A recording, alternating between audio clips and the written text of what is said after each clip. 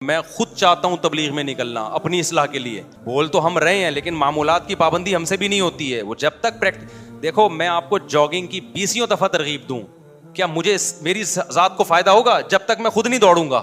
تو میں آپ کو 20 ترغیبات دوں, صبح شام یہ کلمہ پڑھنا چاہیے, یہ کرنا چاہیے, میں بھی جب تک ماحول تبدیل نہیں کروں گا, مجھے عادت پڑ گئی تھی پھر چھوٹ جاتی ہے عادت. تو میں بھی چاہتا ہوں لیکن میرے لیے مسئلہ ہو گیا, میں مشہور ہو گیا ہوں, میں کہیں جا ہی نہیں سکتا, میرا خون پی جاتے ہیں لوگ بیٹھ کے, اتنا تنگ کرتے ہیں کہیں بیٹھو وہ 20 سیلفیاں, پھر وہ بندہ آ رہا ہے سیلفی. تو میں تو برقع پہن کے جا سکتا ہوں, مستورات کی جماعت میں بھیج دیں گے اگر میں برقع پہن کے چلا گیا تو میں تو مجبور ہوں, ورنہ اللہ کی قسم میرا خود دل چاہتا ہے کہ میں 40 دن تبلیغ میں لگاؤں تاکہ کچھ پراپر وے میں عبادت ہو, کچھ اللہ کرے پراپر وے میں.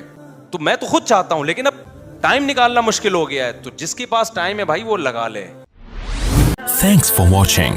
Don't forget to like, comment, share and subscribe to Mufti Tariq Masood, famous scholar.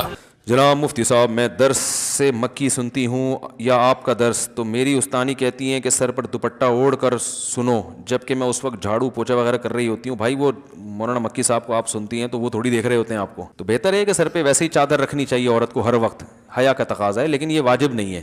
تو وہی ہے نا, جتنا کرے گی پردہ اتنا اچھا ہے, حیا کا تقاضا ہے لیکن واجب نہیں ہے. دوپٹہ اوڑھنا ضروری نہیں ہے. پل صراط پر سے لوگ حساب کتاب کے بعد گزریں گے یا پہلے؟ پل صراط پر لوگ حساب و کتاب کے بعد گزریں گے. جس کا حساب اچھا ہو گیا تو وہ انتہائی اسپیڈ سے گزرے گا, اور جس کا برا ہو گیا وہ کٹ کے گرے گا. اللہ سب کو محفوظ رکھے. آج کل کیمیکل والی مہندی آ رہی ہے, یہ کوئی یقینی رائے نہیں ہے کیونکہ احادیث میں اس کی بہت واضح طور پہ ترتیب بیان نہیں کی گئی ہے. یہ تو بیان کیا گیا, اس پہ عقیدہ طحاویہ میں علامہ طحاوی رحمہ اللہ تعالیٰ نے جو عقائد کی کتاب لکھی ہے نا, اس کی شرح ہے ابن ابی العز الحنفی رحمہ اللہ تعالیٰ, انہوں نے بڑی اچھی شرح لکھی ہے جو پوری دنیا میں مقبول ہوئی ہے. انہوں نے اس پہ بڑی لمبی بحث کی ہے کہ پہلے کیا ہوگا, تو وہ یقینی طور پر نہیں ہے.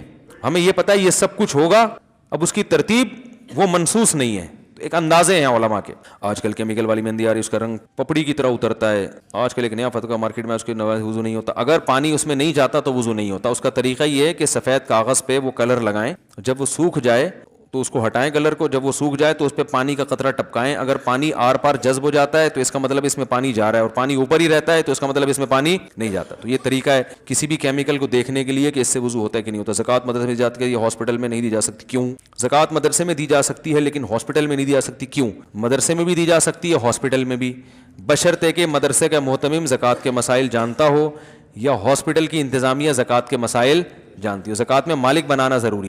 ڈاکٹر مریض کی طرف سے یا اسپتال کی انتظامیہ مریض کو کہے گی کہ ہم آپ کی طرف سے زکوٰۃ وصول کر کے آپ کے مصارف میں خرچ کریں گے, آپ ہمیں اس کی پرمیشن دے دیں. تو جب انتظامیہ کی ملکیت میں آئے گا تو وہ مریض ہی کی ملکیت میں سمجھا جائے گا. اس طرح سے ڈائریکٹ علاج پہ نہیں لگ سکتے کہ ڈاکٹر کی تنخواہ دے دی, دوائیں خرید کے بھی مریض کو دے سکتے ہیں. تو بعض ہاسپٹل اس کا خیال کرتے ہیں کہ وہ زکوٰۃ کا انہوں نے ایک پورا سیٹ اپ بنایا ہوا ہے علماء سے پوچھ کے, تاکہ لوگوں کی زکاتیں ضائع نہ ہو. ہم خواتین کو جماعت کے ساتھ نماز کا طریقہ بتا دیں, وہی طریقہ ہے جو مردوں کا ہے, جو جس طرح سے مرد پڑھ رہے ہوتے ہیں خواتین بھی اسی طرح سے پڑھیں گے.